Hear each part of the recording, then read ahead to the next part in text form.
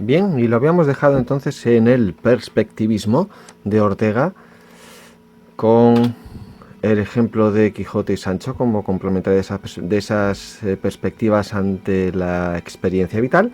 Pero claro, esto va a llevar a Ortega a una tercera fase de su pensamiento, que es lo que se conoce con el nombre de raciovitalismo, esto que tenemos aquí.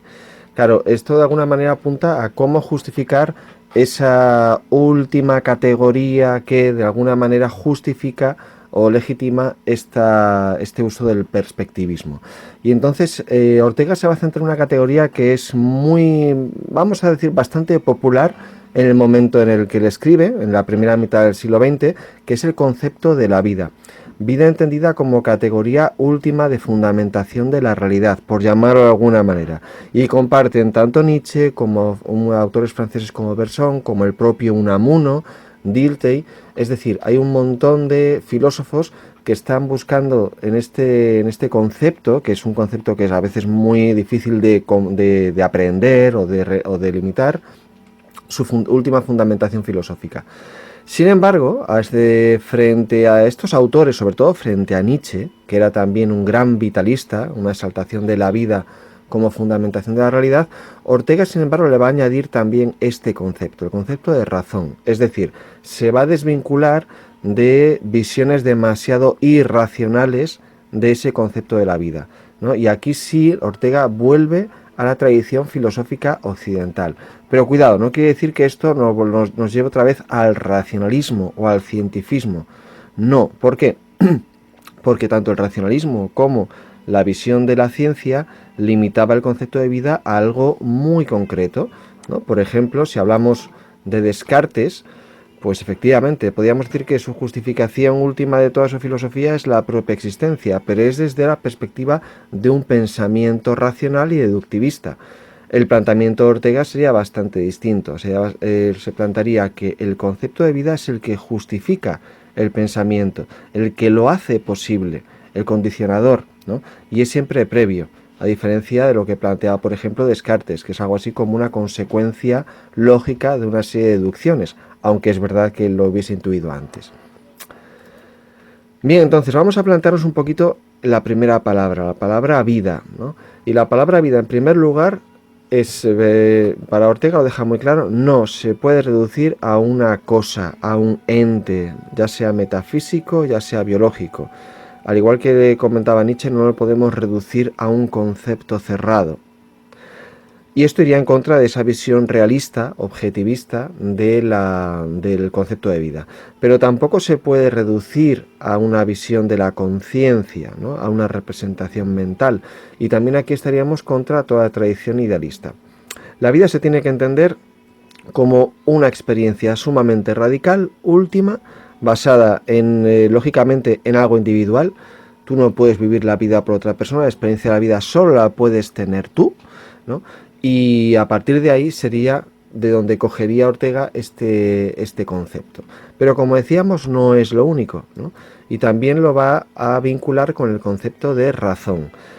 El concepto de razón, como decíamos antes, no se reduce a lo puramente científico, matemático o filosófico.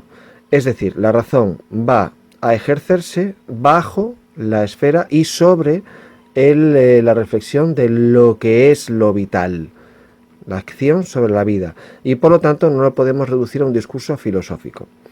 ¿Y qué es lo que permite esto? Pues permite, entre otras cosas, justificar lo que sería el sentido último de la filosofía.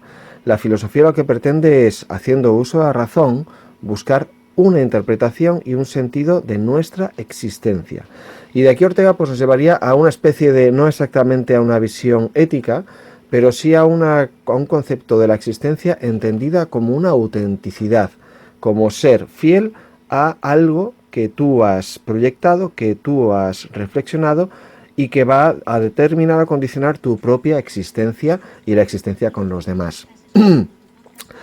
Esto nos lleva a otros filósofos también, ¿eh? O sea, esto es una idea que está muy en el ambiente, ¿no? Que nos lleva desde Heidegger a Sartre, al existencialismo, un montón de cosas que no nos podemos detener. Y para rematar un poquito todo lo que hemos visto de Ortega, pues vamos a hacer una breve reflexión en torno a lo que él piensa sobre la sociedad y la política. Ortega es un filósofo o un intelectual que está muy vinculado con los temas de su tiempo y también con la política que hay en ese momento. Y Ortega además se encuentra en una situación extremadamente incómoda. ¿Por qué? Pues porque Ortega de alguna manera sería un representante de eso que llamaban algunos historiadores, Paul Preston, unos representantes de la España liberal, que se enfrenta tanto a la España revolucionaria como a la España tradicionalista. Entonces, Ortega de alguna manera va a estar oscilando entre esta visión dictatorial de un orden sin iniciativa totalmente reaccionario que no plantea prácticamente ninguna solución excepto el propio orden a los problemas que existen en España, y ese reformismo, ese europeísmo, esa ilusión de progreso que está recogida también con mucha fuerza en muchos autores o muchos políticos reformistas y que se va a traducir al final en el proyecto de la Segunda República. Y como decimos, pues Ortega va a oscilar entre ambos. Ortega va a dar su apoyo a Miguel Primo de Rivera, cuando habla de un cirujano de hierro que necesita vertebrar el país, que es España, pero también Ortega va a estar muy a favor, por lo menos al principio, de una república que tenga ese compromiso reformista. Lo que le va a pasar es que tanto de un extremo como de otro pues va a quedar completamente defraudado. Y en lo que sí que no va a estar muy vinculado es con esta perspectiva revolucionaria de ruptura radical, ¿no? Como buen liberal, pues él plantea que tiene que haber un proceso, una reforma y no una revolución que no nos va a llevar a nada. Bien, para entender un poquito por qué está oscilando aquí, o sea, por qué Ortega de alguna manera a veces lo encontramos como una persona francamente autoritaria, o nos da la sensación, ¿no?, cuando lo leemos, o una persona muy progresista y liberal. Bueno, pues es que aparte de esta visión política simple, por decirlo de alguna manera, entre autoritarios y liberales, Ortega tiene una concepción de la sociedad mucho más compleja, en el que de alguna manera podemos traducir que es de una tradición liberal, en el que él considera importante las libertades, al individuo, el progreso, etcétera, etcétera, pero también tiene un concepto muy elitista de la sociedad, ¿no? Y esto se desarrolla también, pues es hijo de su tiempo. En este momento, el proceso de industrialización en Europa y en la propia España está llevando a un nuevo concepto de ser humano, el hombre masa, aquella persona que se confunde con el resto de la sociedad, estandarizado por una profesión, por un sueldo, por un sesgo cultural, por lo que queramos ahí, pero que de alguna manera acaba convirtiendo su vida en una vida completamente mediocre y completamente igual a las demás. No quiere decir que tenga que vivir mal, ¿no? La mediocridad puede estar también, y esto es lo que más critica Ortega, entre las clases medias, entre las clases altas. Es directamente una vida sin impulso, una vida sin proyecto. Como aparece aquí, una vida que vive sus circunstancias, pero sin interpretarlas. Es decir, sin aplicar esa terapia, por llamarla de alguna manera filosófica, en la que una persona reflexiona sobre el sentido de su existencia. Y frente a esto, pues él plantea la defensa de una élite. Élite no en el sentido económico, ni en el sentido político, no tiene nada que ver, ¿no? Casi lo vincularíamos más con un ideal griego, platónico, de hombres de alguna manera fuertes en el sentido de más inteligentes, de más audaces, y que pertenecerían pues a esta élite en la que son capaces de ejercer su talento y al mismo tiempo ejercer su liderazgo, ¿no? Y otra vez, aquí nos ajustaríamos a un ideal de autenticidad. Bien, ¿cuál es el gran problema? Pues que muchas veces la masa acaba destruyendo estas élites. Y estas élites de alguna manera, que son las que tienen que marcar el camino a las nuevas generaciones, pues no aparecen. Y entonces pues nos encontramos con etapas en la historia en las que no tenemos innovación, en las que falta el talento y falta el liderazgo.